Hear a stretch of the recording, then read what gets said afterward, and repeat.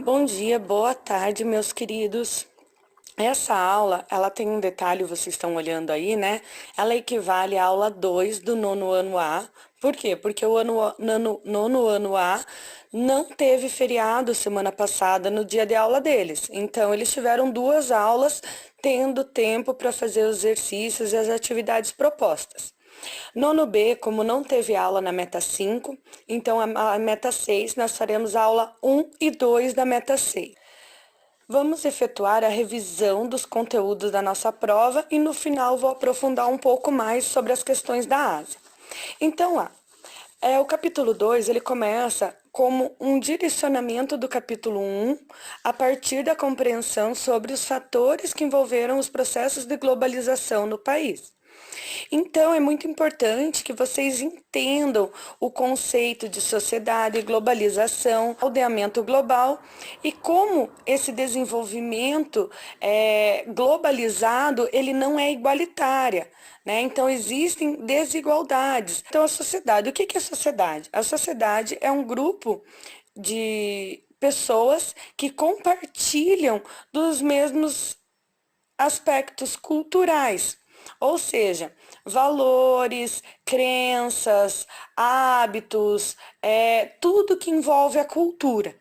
Quando a gente fala da globalização e da sociedade inserida nisso, nós estamos falando dos processos que a globalização promoveu para a mudança da sociedade. Então, observem aí na imagem um pouco de como houve essa alteração nas residências, no método de trabalho, na forma de se consumir dentro desse mundo globalizado.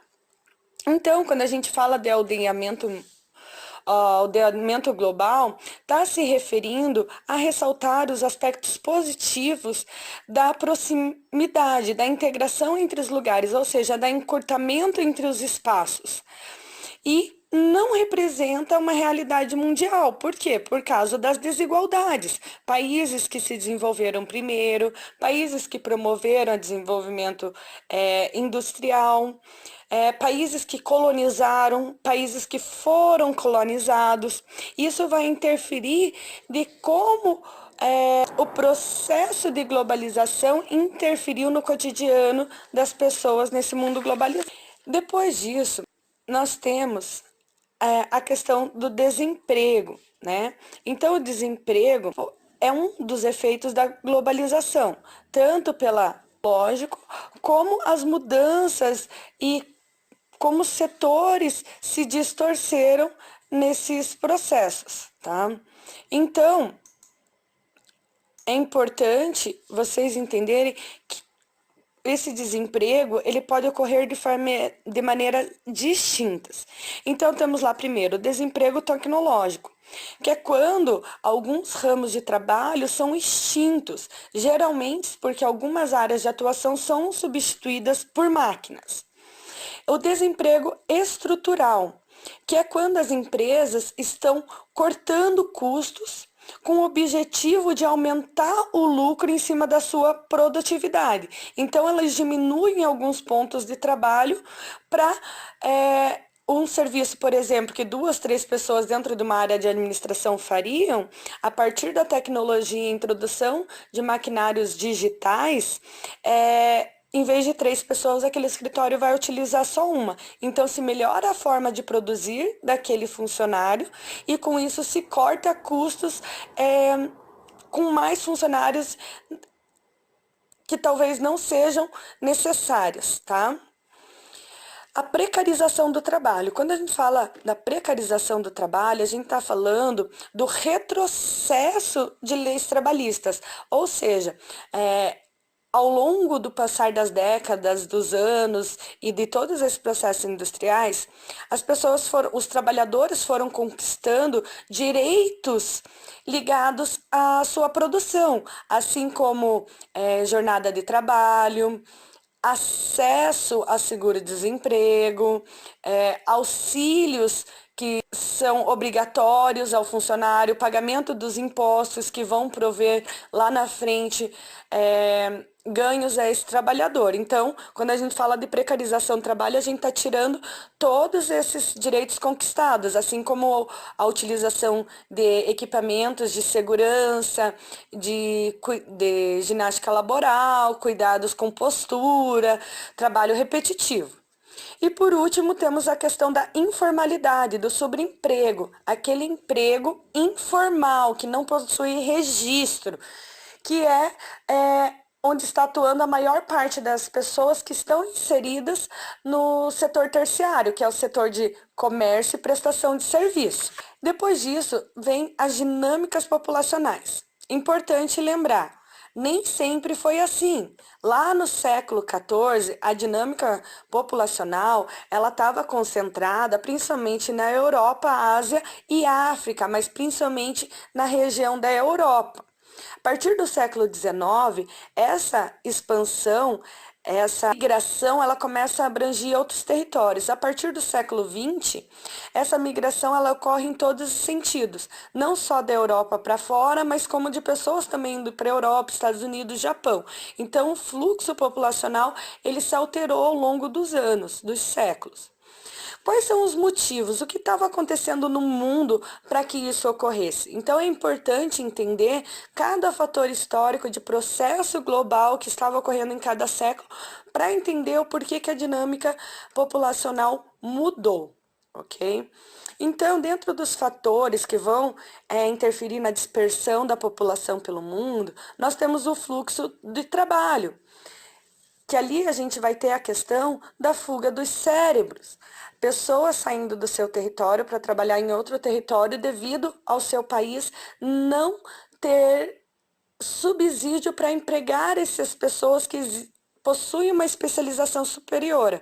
Geralmente ela vai ocorrer de pessoas saindo de países emergentes e migrando para países desenvolvidos devido à questão da pesquisa e desenvolvimento tecnológico e científico nos países desenvolvidos. Daí, entre as outras formas de migrações, nós migrações religiosas, também chamadas de peregrinação, onde a pessoa vai para um local em virtude de eventos religiosos, mas posteriormente ela volta para o seu território. Temos a migração dos refugiados, que são pessoas que por motivos, diversos motivos, precisam sair, se deslocar do seu território. Pode ser por motivos políticos, questão de guerra, questão de atentados terroristas, perseguições e rivalidade étnica ou religiosa, ou até mesmo pela disputa do poder entre países ou territórios. Então, a questão dos refugiados, ela abrange principalmente uma boa população do Oriente Médio e da África. Os refugiados ambientais, quem são esse grupo de pessoas? São pessoas que precisaram sair do seu país por questões de desastres naturais, como terremotos, tsunamis, atividade vulcânica. Então, esses refugiados, eles precisaram sair do seu ambiente devido a uma situação de calamidade pública, onde vai interferir em questões diretas relacionadas à questão da fome e oportunidade de trabalho. Das migrações, nós temos a migração voluntária. Por que eu deixei voluntário entre parênteses? Pela questão que o voluntário nem sempre é de fato voluntário. Então, o que entra nessa migração voluntária? Questão do tráfico humano e o contrabando de pessoas. Contrabando de pessoas é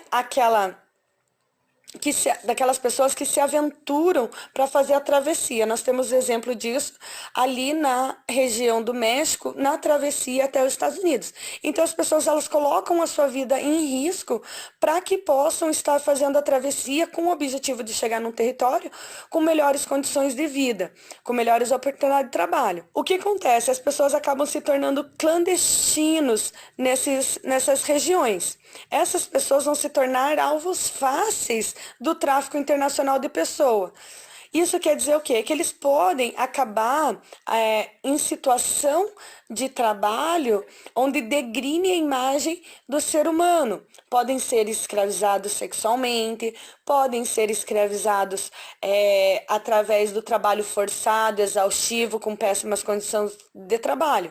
Muitas vezes o passaporte das pessoas são retidas, então elas não podem estar circulando no país, porque tem o risco de serem presas.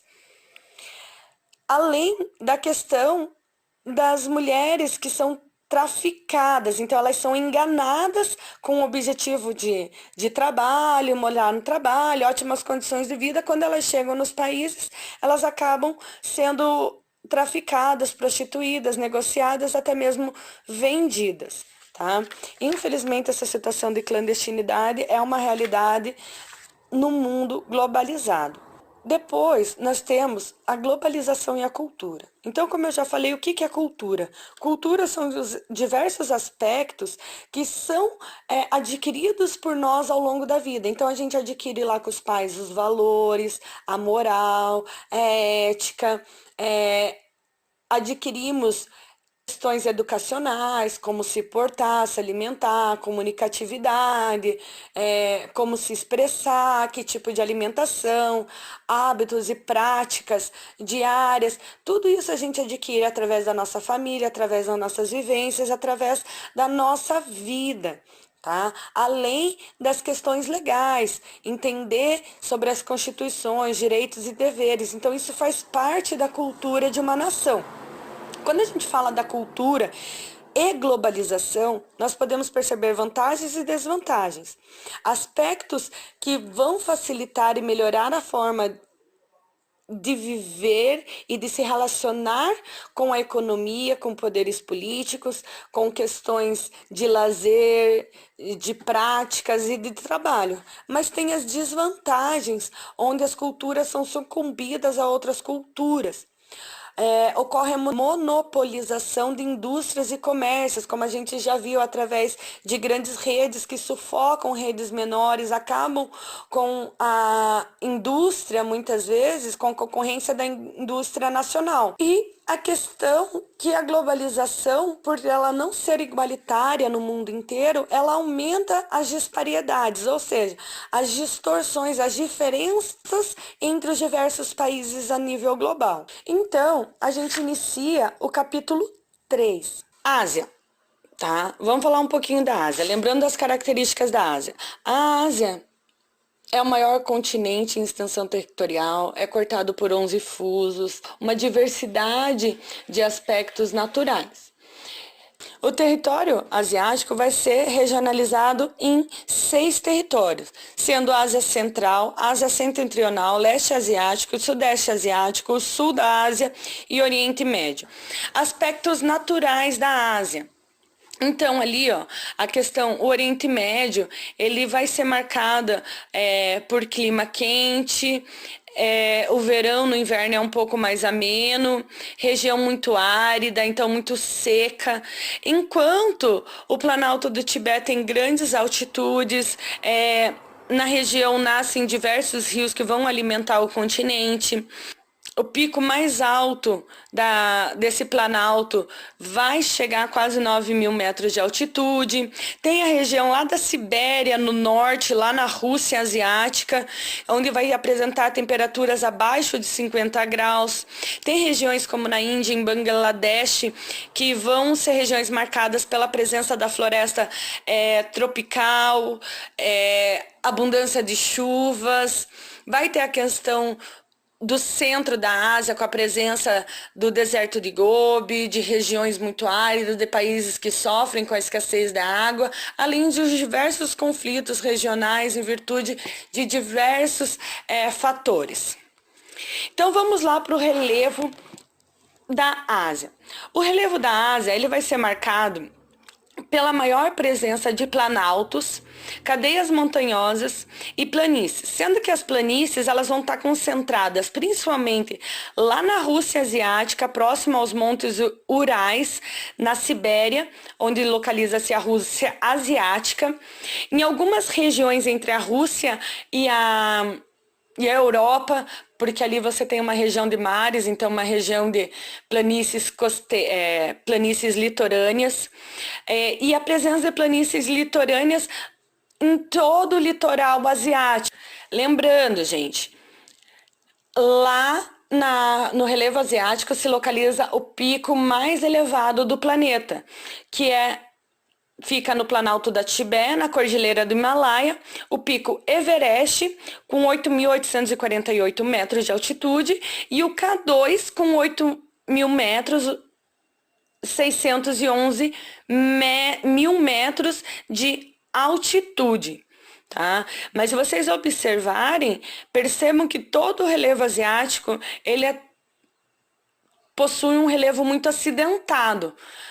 Já comentei que vai ser até em virtude desse relevo acidentado que se caracteriza a produção agrícola no modelo de terraceamento, aproveitando a estrutura do relevo já existente no continente. Então pensem lá. Se existem grandes planaltos, cadeias montanhosas, esses planaltos vão dar origem para o nascimento de diversos rios que vão abastecer a região.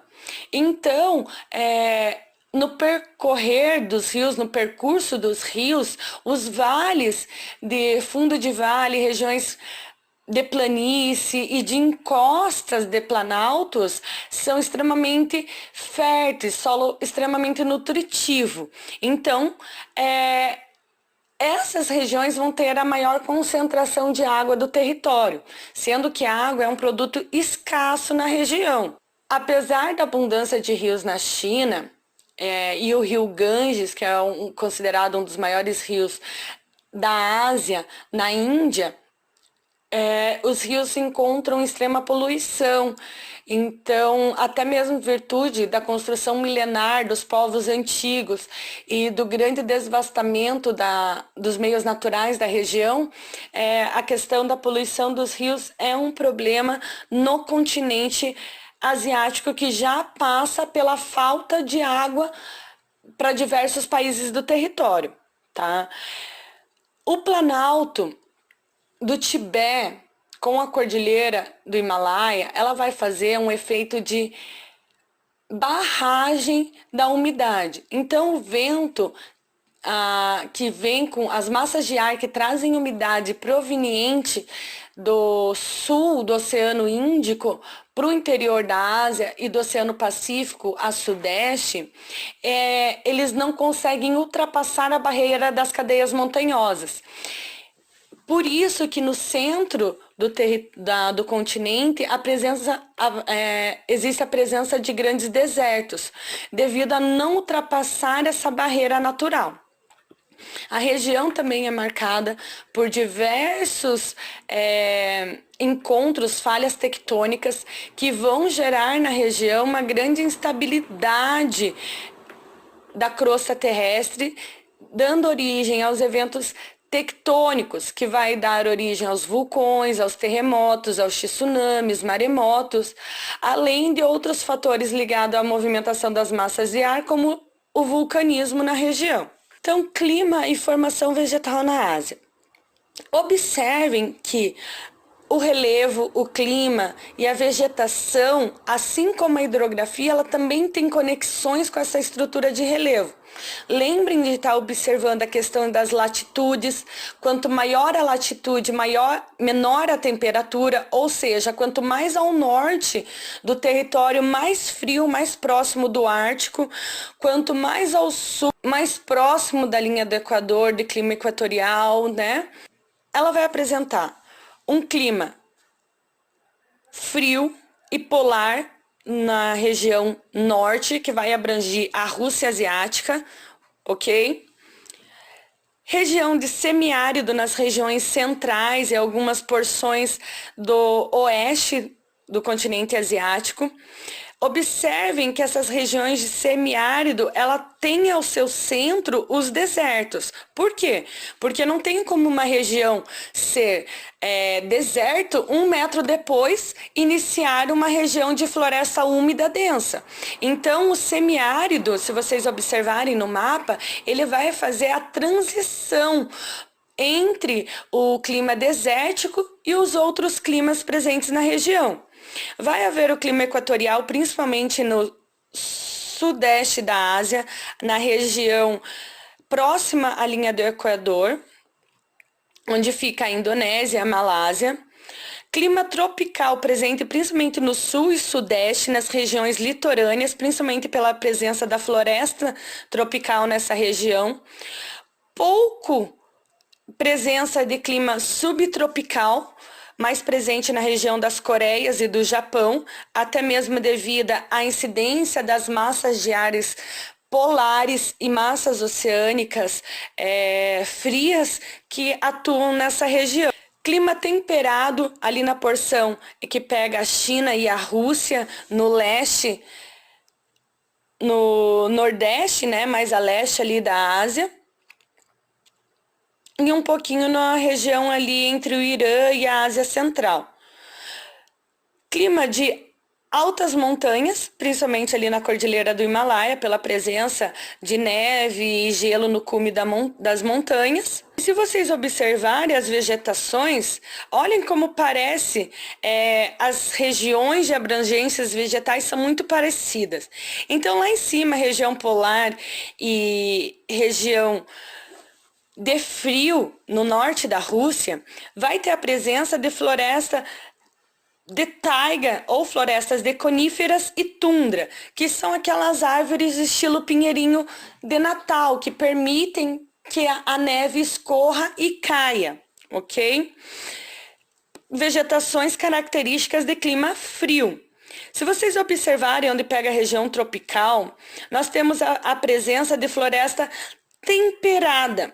Por que não tem a presença de floresta tropical? Por causa da proximidade com a região norte, muito característica também em algumas regiões dos Estados Unidos.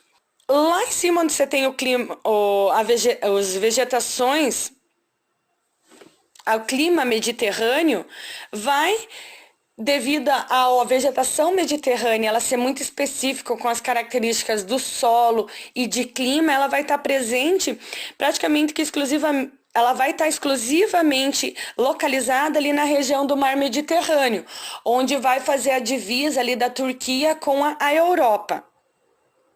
Observem que a vegetação desértica, ela se estende pro clima desértico do mapa anterior. Então, o que ocorre? Essa vegetação de deserto, ela vai se estender na interface entre o desértico e o semiárido. Então, ela vai abranger as duas regiões. Estepes e pradaria também são vegetações que dependem de climas mais amenos e conseguem sobreviver bem com a escassez de chuvas e com solos mais empobrecidos, solos rochosos. Floresta pluvial tropical quer dizer o quê? É a mesma coisa que a floresta tropical litorânea, onde existe grande abrangência de planícies irrigadas por rios extensos, fazendo com que exista muita fertilidade nessas regiões.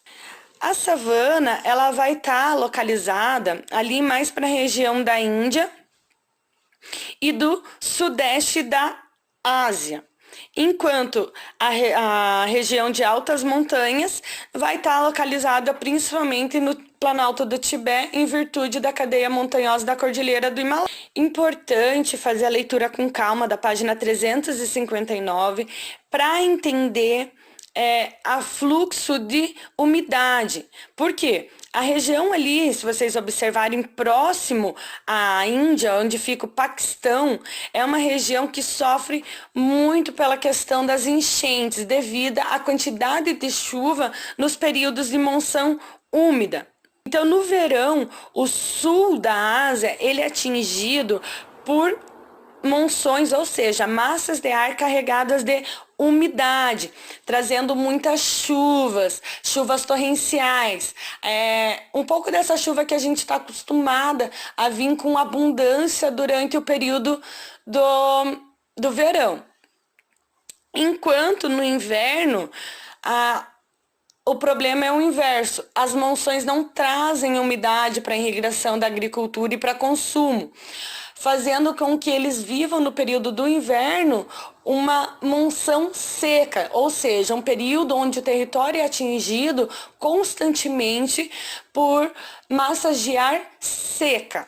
E por último, a questão do estresse hídrico, né? Já comentei com vocês que a Ásia, apesar de possuir 60% da população mundial, ela possui menos de 15% dos recursos naturais como água disponível para sua população.